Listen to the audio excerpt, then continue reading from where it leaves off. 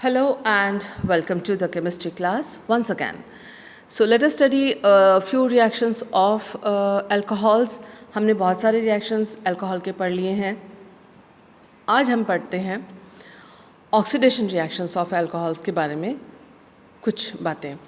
Oxidation जो alcohol के हैं वो कई तरह से किए जाते हैं, कई रिएजेंट्स हैं और खूब सारे इसके अंदर रिएक्शंस हैं. सबके सब लगभग सारे इंपॉर्टेंट हैं और एग्जामिनेशंस में पूछे जाते हैं.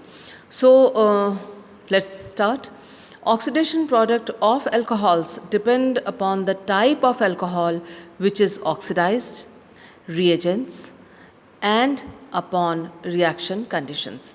तो अल्कोहल का जो ऑक्सीडेशन प्रोडक्ट है वो निर्भर करता है कि किस प्रकार का अल्कोहल है जिसका ऑक्सीडेशन कर रहे हैं, या किस ऑक्सीडाइजिंग रिएजेंट के साथ ऑक्सीडेशन कर रहे हैं, या रिएक्शन के कंडीशंस क्या हैं.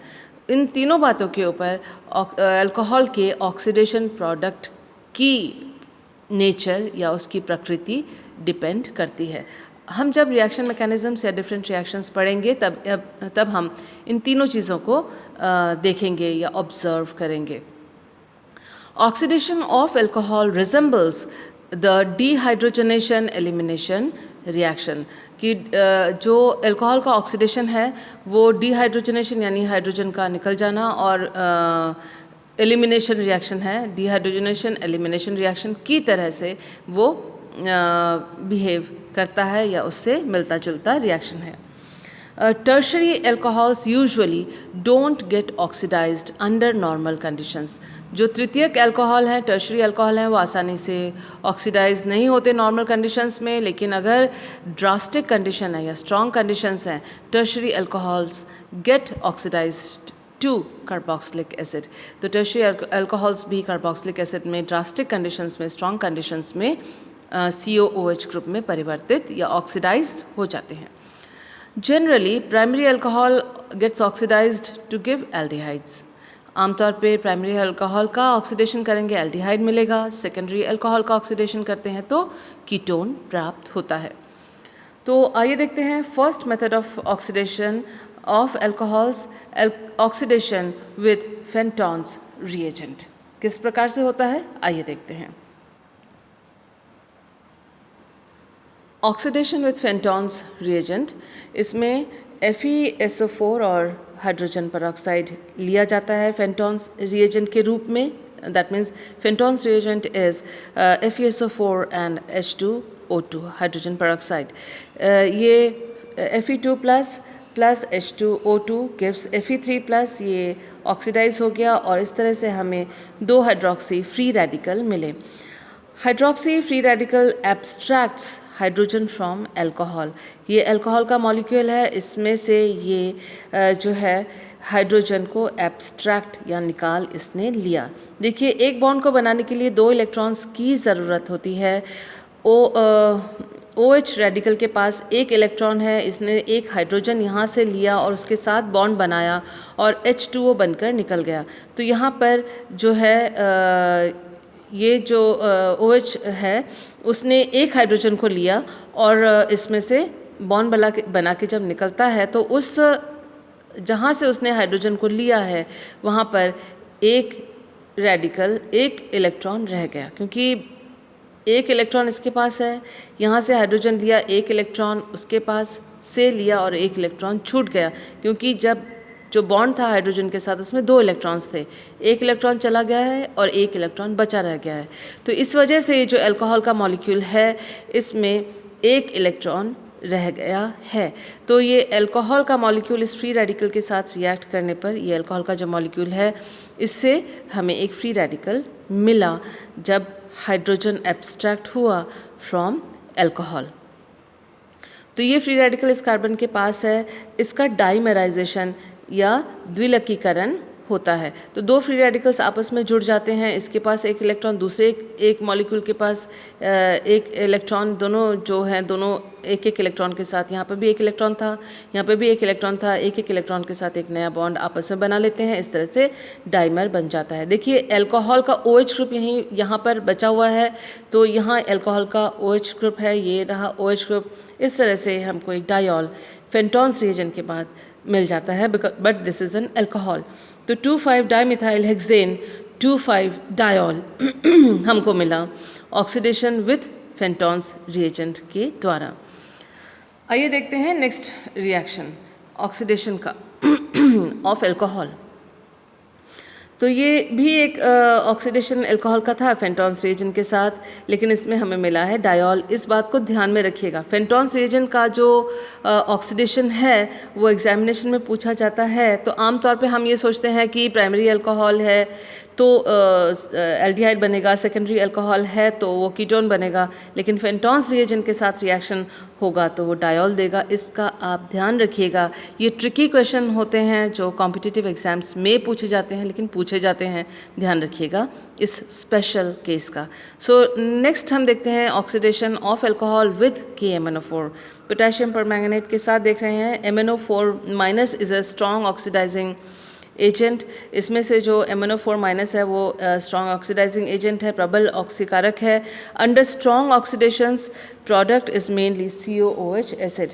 तो स्ट्रॉन्ग कंडीशंस में जो ऑक्सीडेशन होता है अल्कोहल का, उससे हमें कार्बोक्सिलिक एसिड प्रोडक्ट ही मुख्यतः मेनली प्राप्त होता है। एग्जाम्पल देखिए, ये एक प्राइमरी अल्कोहल है और इसमें कार्बन कितने हैं स्ट्रेट चेन में देख लेते हैं। 1 2 3 और ये 5 मीन्स 8 हैं carbon atoms in the straight chain.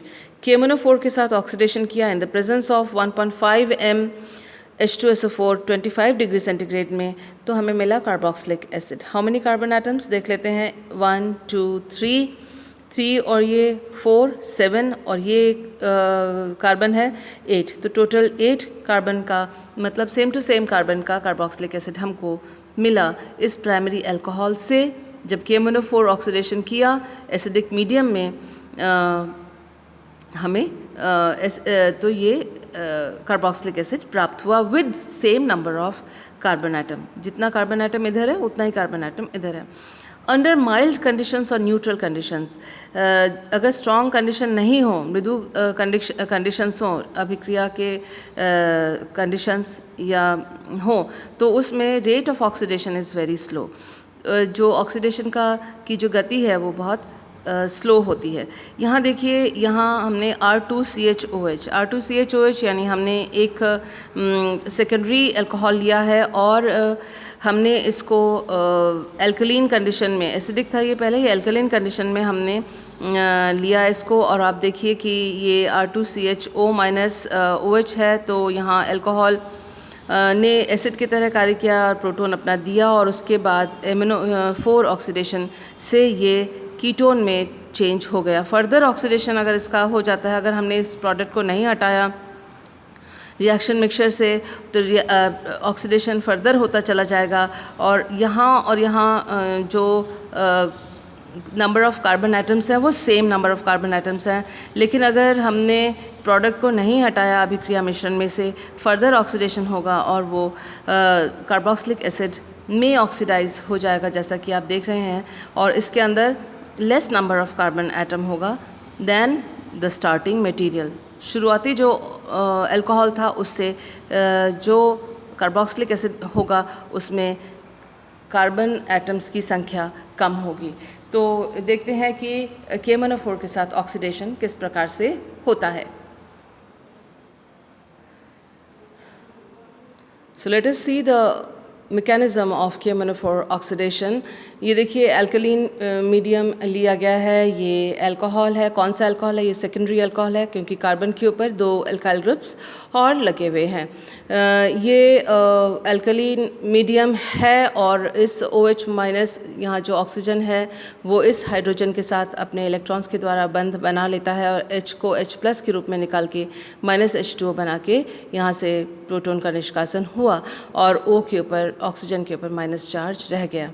सो ये जो ऑक्सीजन O- के रूप में मिला है वो MnO4, देखिए Mn oxygen oxygen oxygen oxygen, MnO4 और उसके ऑक्सीजन के ऊपर यहाँ माइनस चार्ज है, Mn के ऊपर है प्लस चार्ज, तो इसके ऊपर हुआ न्यूक्लियोफिलिक अटैक, यानी ऑक्सीजन और Mn के बीच में बना एक बॉन्ड।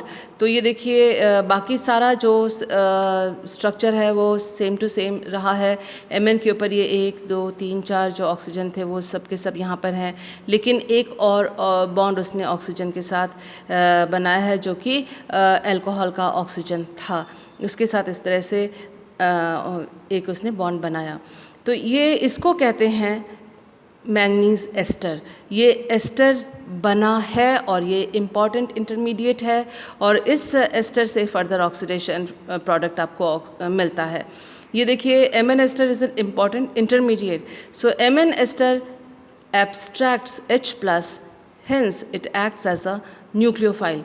तो ये जो है एक H+ इसने लिया, किस तरह से लिया, ये देखिए O- जो है उसने अपने इलेक्ट्रॉन्स के साथ इस प्रोटॉन के साथ इस हाइड्रोजन के साथ बॉन्ड बनाया और ये जो कार्बन हाइड्रोजन बॉन्ड के इलेक्ट्रॉन्स हैं वो जो है यहाँ कार्बन ऑक्सीजन में शिफ्ट हुए। क्यों?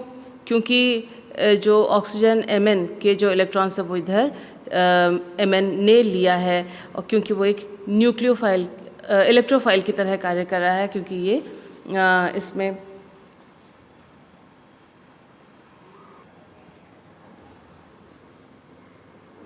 तो ये Mn ने अपने ये जो इलेक्ट्रॉन्स है अपनी ओर शिफ्ट किए बिकॉज इट नीड्स इलेक्ट्रॉन, और ये इस तरह से इलेक्ट्रॉन शिफ्ट्स होने के बाद आप ये देखिए HMnO4 निकल के आ जाता है।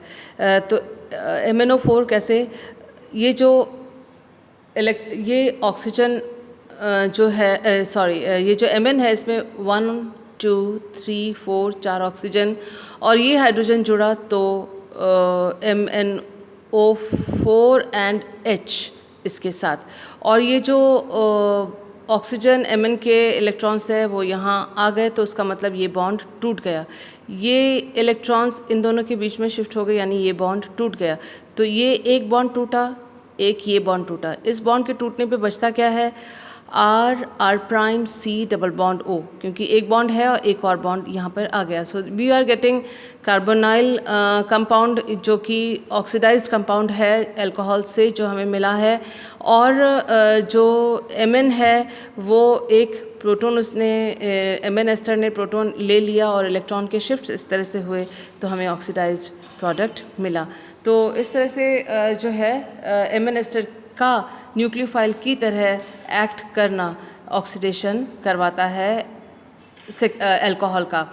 अब अल्कोहल में यहाँ पर हमने सेकेंडरी अल्कोहल लिया हुआ है, अगर इनमें से एक जो हाइड्रोजन एक जो अल्काइल ग्रुप है वो अगर हाइड्रोजन है तो फिर वो एल्डिहाइड होगा, दोनों ही अल्काइल ग्रुप्स हैं तो कीटोन होगा, और दोनों ही हाइड्रोजन है तो वो फॉर्मेल्डिहाइड होगा।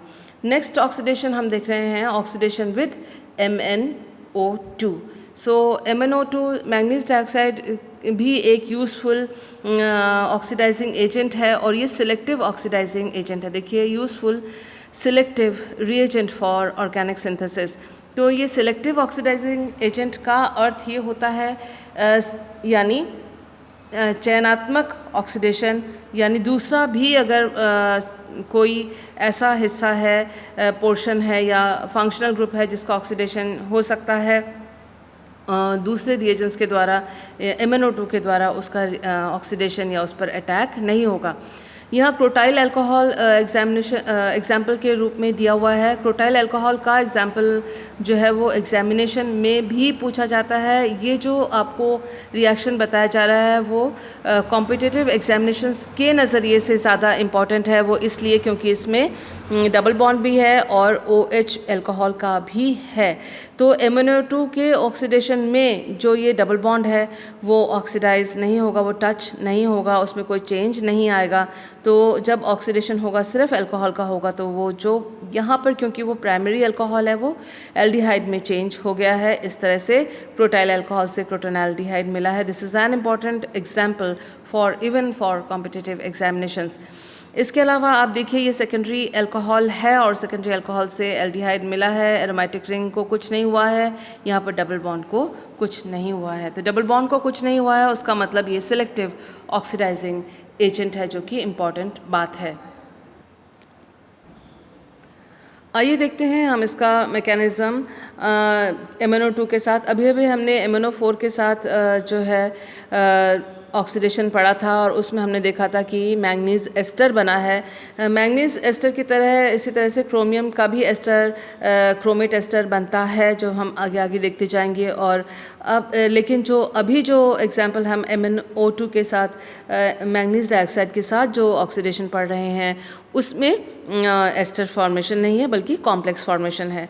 Alcohol is absorbed on MnO2, manganese dioxide के ऊपर अल्कोहल एब्जॉर्ब होता है बाय कोऑर्डिनेशन कॉम्प्लेक्स बनाता है। देखिए ये अल्कोहल है, ये मैंगनीज डाइऑक्साइड है, ये मैंगनीज डाइऑक्साइड के ऊपर अल्कोहल एब्जॉर्ब हो जाता है, उसके ऊपर जम जाता है, आप कह सकते हैं अवशोषित हो जाता है और उसके बाद एक कॉम्प्लेक्स बनता है। और इस तरह से ये कॉम्प्लेक्स बना, आप देखिए कि OH यहाँ पर हो गया है और ऑक्सीजन ने अपने इलेक्ट्रॉन्स Mn को दिए हैं। इस तरह से कोऑर्डिनेट कॉम्प्लेक्स एक बनता है और मैंगनीज़ का जो ऑक्सीडेशन स्टेट है यहाँ पर 4 है। Electron transfer from alcohol to manganese generates a radical and Mn4 gets reduced to Mn3। तो देखिए अब इलेक्ट्रॉन ट्रांसफ़र हुआ है from alcohol to Mn, alcohol से एक Mn को इलेक्ट्रॉन ट्रांसफ़र हुआ और जिस वजह से Mn4 से Mn3 में चेंज हो गया। यहाँ से एक हाइड्रोजन देखिए, यहाँ डबल बॉन्ड O था तो यहाँ पर सिंगल बॉन्ड O होके आ गया, OH हो गया है और एक इलेक्ट्रॉन ट्रांसफ़र हुआ है। तो यहाँ एक रेडिकल बनता है और Mn4 जो है Mn3 में कन्वर्ट हो गया पहले इलेक्ट्रॉन के ट्रांसफ़र से।